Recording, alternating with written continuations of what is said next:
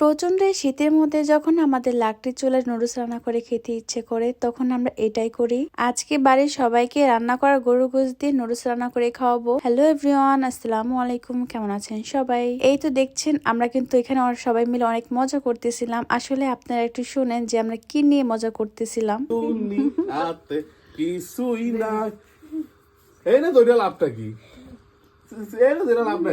আসলে বিষয়টা আমি ক্লিয়ার করে বলি, আমাদের সন্ধ্যাবেলা খুব নুডলস খেতে ইচ্ছে করতেছিল। তো এইদিকে ভাইয়া বলতেছিল যে আমার নুডলস খেতে ইচ্ছে করতেছে, তোমরা নুডলস রান্না করে দাও। আর ওইদিকে একটা নানি এসেছিল আমাদের বাসায়, তো নানিকে বলতেছিল যে আমাদের কিছু টাকা দাও, আমরা নুডলস কিনে এনে খাই। কিন্তু নানি কিছুতেই রাজি হচ্ছিল না, বলতেছিল যে না তোরা এনে খাওয়া। কিন্তু কি আর করার, যেহেতু নানি মানুষ, তার সাথে তো একটু মজা করতেই হয়। তো যেই ভাবনা সে কাজ, ভাইয়া নুডলস কিনে আনে বাজার থেকে, তো সেখান থেকে আমরা বাইরে চলে আসি রান্না করতে। যেহেতু বেশ কয়েকজনের রান্না, তো আমার ইচ্ছে করতেছিল যে গ্যাসের চুলায় না রান্না করে মাটির চুলায় রান্না করব। তো সেটাই করা হলো আর কি। আমি কিন্তু পাকা রাঁধুনি না, তবে আমার রান্না যারাই খেয়েছেন সবাই খুব প্রশংসা করেছেন। তবে জানি না কেন করেছেন, হয়তো তাদের কাছে ভালো লাগে তাই করেছেন। তবে আমার হাতে খিচুড়ি রান্না করাটা নাকি অনেক ভালো লাগে, এই কমেন্টটা অনেকে করতো।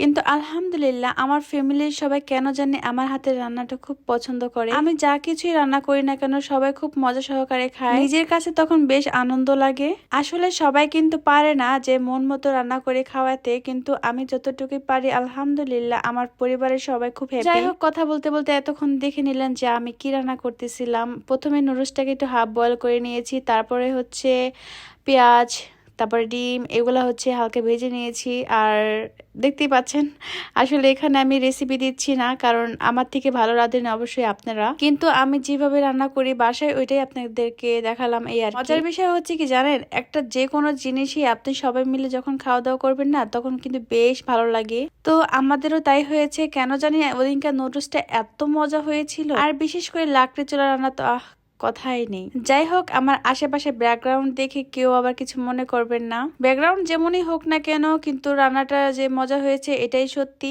এটা আমার কথা না, আসলে যারা খেয়েছেন, আমিও খেয়েছি, কিন্তু তারাই বেশি প্রশংসা করেছেন আলহামদুলিল্লাহ। তো রান্না বান্না শেষ করে এখন সবার জন্য খাবার সার্ভ করতেছি। আসলে কেউ কিছু মনে করবেন না, আমরা সিম্পল ভাবে খাওয়া দাওয়াটা পছন্দ করি, ওইরকম চাকচমক ভাবে খাওয়া দাওয়াটা আমার কাছে মোটেও তেমন একটা ভালো লাগে না। চাকচমক খাওয়া দাওয়া কিন্তু রেস্টুরেন্ট কিংবা কোনো হোটেলেই ভালো লাগে, এগুলো বাসায় ভালো লাগে না আমার কাছে। আমি সাধারণ মানুষ, তাই সাধারণ ভাবে থাকতে এবং খেতে পছন্দ করি। তো এই বিষয়টা অবশ্যই একটু সবাই সিম্পল মাইন্ডে নেবেন। তো আজকের ভিডিওটা আপনাদের কেমন লেগেছে অবশ্যই কমেন্ট করে জানাতে ভুলবেন না। আজকের মতো এখানেই বিদায় নিচ্ছি, সবাই ভালো থাকবেন, সুস্থ থাকবেন।